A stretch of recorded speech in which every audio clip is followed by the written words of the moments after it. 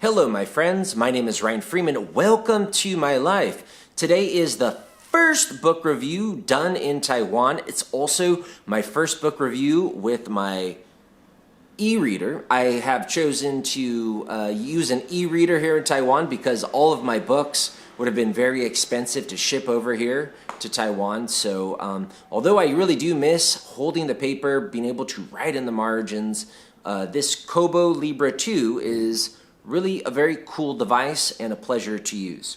So with this Kobo Libra 2, I found access to books that I wasn't able to necessarily easily find in the bookstore.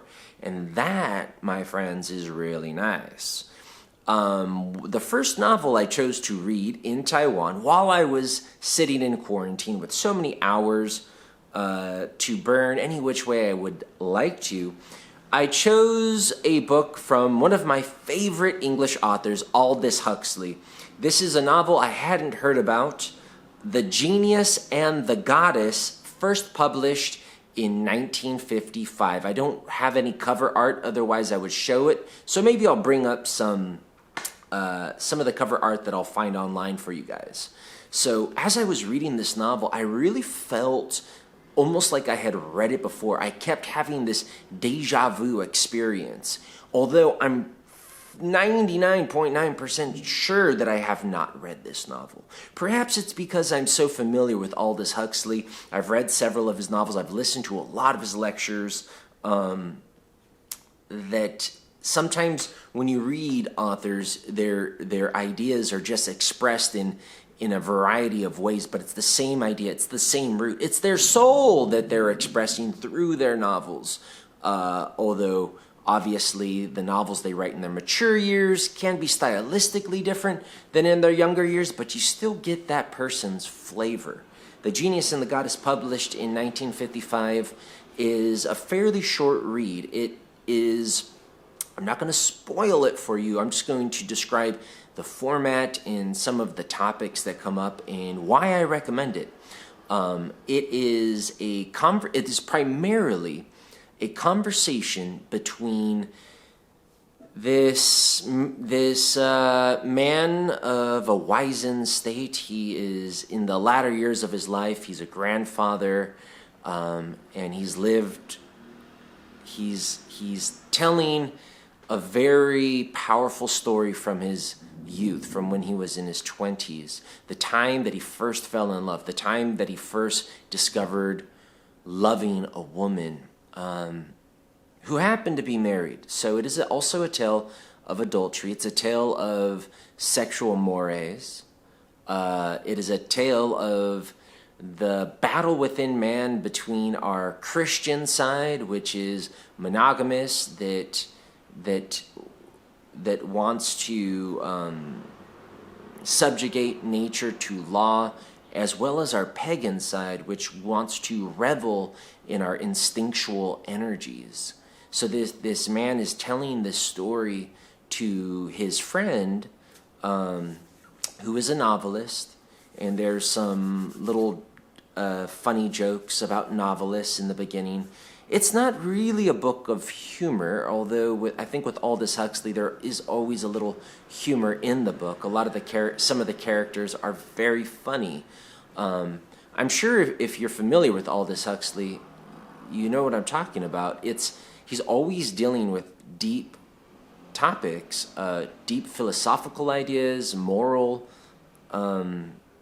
issues, religious profundities, but he's telling it through characters that are silly in many ways. So this man the main character is telling his story to his friend, and once in a while there will be a little interruption, and we'll come back to these two old guys talking in this flat, when his grandson wakes up or his daughter comes home and he realizes that his daughter's probably going to get a divorce, or his grandson's not going to have an easy life, and then they talk about what it means to have an easy life and all of that. But it mostly takes place in the past, so probably the early 20th century, when he is a young researcher. He's in his late 20s, early 20s, mid 20s, something like that. It takes place over several years, and he goes to stay. He leaves his mother, who is very religious. He has this deeply religious upbringing, and is a virgin far into his 20s, deeply influenced by a very serious setting at home in England. And he goes, I think, to America, I'm pretty sure, and stays with this family.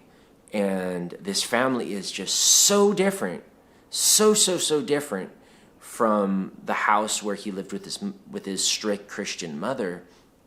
And he immediately starts to like live and love life, and he sees transcendent beauty in everything around him, and everything, even the small problems, becomes a joy for him. And it really reminded me, I'm not going to talk so much about my personal life, but it really reminded me of my first backpacking trip. And that's how I fell in love with backpacking and traveling, was when I went to stay with my Uncle Bob and Aunt Rose. Even though I came from a very nice family and I had a good, comfortable upbringing, I fell in love with life, when I was staying with my Uncle Bob, and having all of these, and just the small things, making coffee with him, cooking with him. Life was beautiful. Life was a song. Life was a dance. And life, when you are in love, everything is just filled with everything, from even taking out the trash and making your bed is a wonderful thing,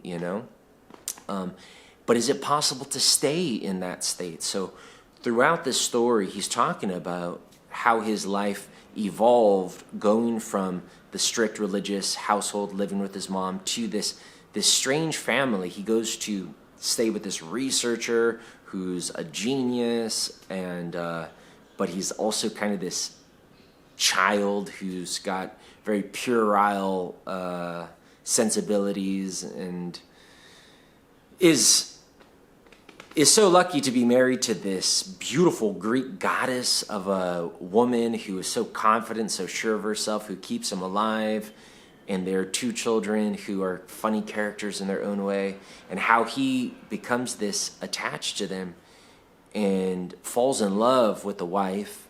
And then an opportunity arises where they end up making love, and he felt so conflicted. And I think one of the things I loved about it is that, I came from a very strict Christian. I said that I wasn't going to make this about my life, but I'm just going to tell you why I liked it so much. Is I grew up in a very strict Christian household, and I remember my first forays into exploring my sexuality. It was filled with of course, excitement in this new realm, but also because it was taboo. It was a taboo in my upbringing, filled with terrible guilt. So he suffers this excruciating guilt, but at the same time, he realizes that it was absolutely the right thing to do. In fact, it saves this woman's life, which in turn saves the man who she's cheating on's life. The mystical properties of love and lovemaking is explored in this novel. It is not a happy tale. It is happy in many parts of it, but there is some dark and deep tragedy in it as well. It's a religious book. Aldous Huxley, I don't know if this was after he took mescaline, but it was probably around that time.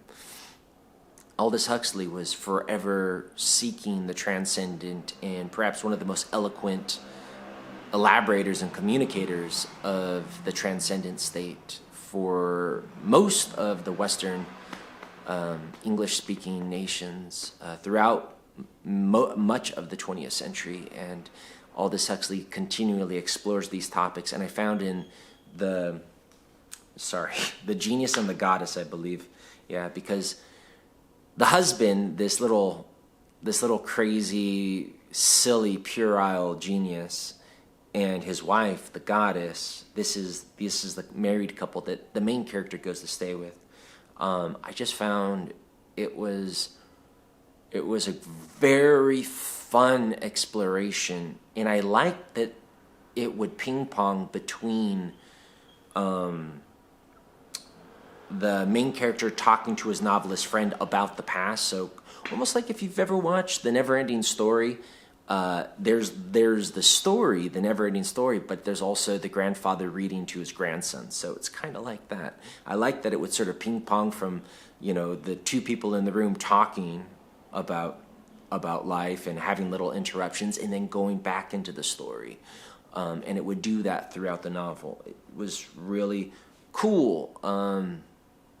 But, with any exploration of the deeper parts of life, it causes you to reflect on your own choices, on your own state, whether or not you remember being in love, and why haven't you had that experience in so long, and what is missing, and have you also lived through tragedy like that, and are you happy with your fate, and all of these things come up. So I like novels like these, but it can be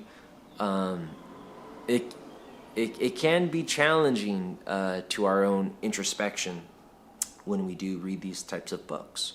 So that is The Genius and the Goddess, published first in 1955 by the great genius Aldous Huxley, which I read on this little e-reader, which I will bring you many more books. I'm sorry, I am a huge fan of the tactile feeling of good old-fashioned paper books, but this is what I have for the time in Taiwan, and I'm actually pretty happy to have it. So thank you for listening and watching my book review. I hope to bring you more in the near future. My name is Ryan Freeman. Bye-bye.